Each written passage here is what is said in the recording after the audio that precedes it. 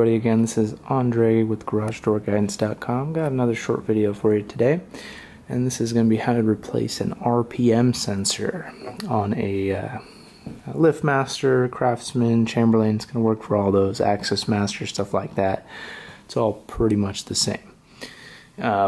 Basically, the way, let's start with how you know you need a RPM sensor replaced. Essentially what's going to happen is you're going to hit the button and this guy will travel about a foot or so.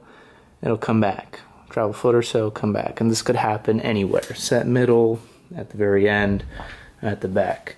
Once you see that, you know for sure that you've got an RPM sensor that needs to be replaced. However, this is easily confused with a sensor issue. So, let me just grab my little clicker here.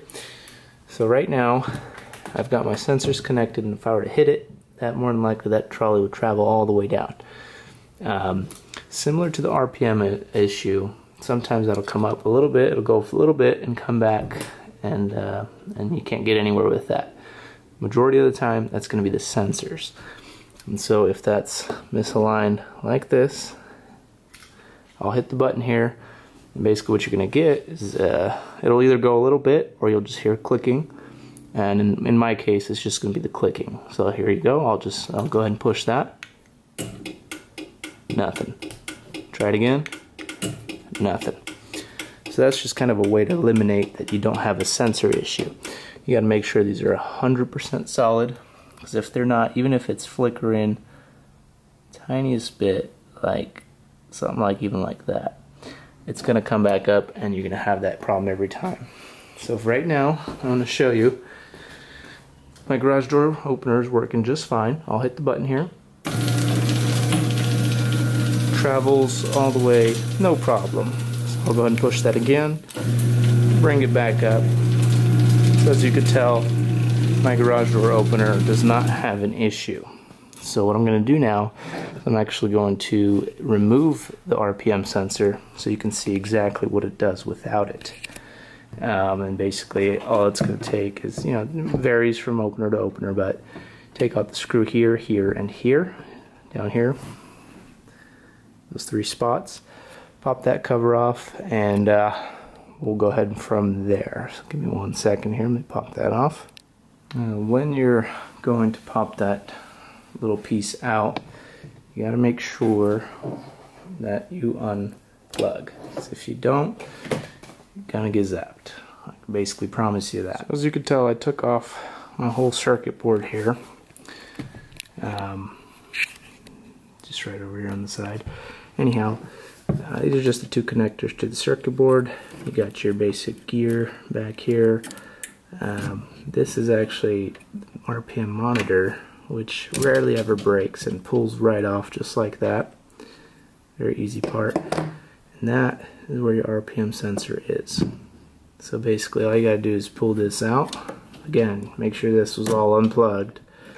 Unplug that, and sorry, working with one hand, but you got like a little clip here and here. And just pull one of them up and out, and that's your RPM sensor.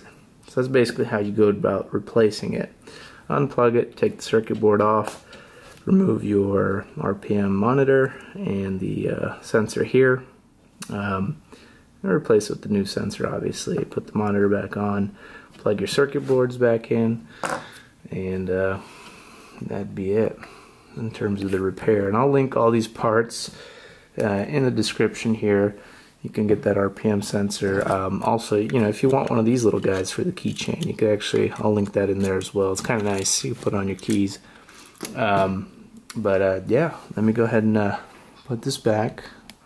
We'll plug it back in without the RPM sensor, and we'll hit the button and see what happens. Okay, there's my little RPM sensor and the little revolving piece. Put the light over here, and then you've got my circuit board. I just put it just so I can actually operate it real quick. Sensors are on, intact. Just walk around here. So I'm gonna hit the button here. We'll see what's gonna happen, and we'll go from there. See that right there? Goes a little bit of the way, comes right back. Notice no clicking, no light bulb flash. If you've got light bulbs, sensors are completely on, but my trolley will not close all the way. So that's pretty much how you know your sensor, well, RPM sensor needs to be replaced, and that is this tiny little guy right here. Again, we'll link this down in the description. Sorry about that. And but yeah, that's really it. You change this piece out, you're good to go. That'll work just like it should. Done plenty of them. I know for a fact it'll do it. So that's I believe that's about it for this video. If you do have any recommendations, I mean, we're happy to, you know, work with you, and, you know, leave it in the comments. We'll try to get a video up for you as soon as we can with whatever you need. We'll also give you a link to our website. You could actually order a bunch of the parts, as well as, you know, great information on all kinds of things, sensor issues, painting your door, stuff like that. We just got all kinds of stuff there, and I'll put that in the description. And again, if you want to subscribe, that'd be awesome for us. Get you some new content. You'll see that as soon as it's posted. Aside from that, thanks for watching. Have a great day.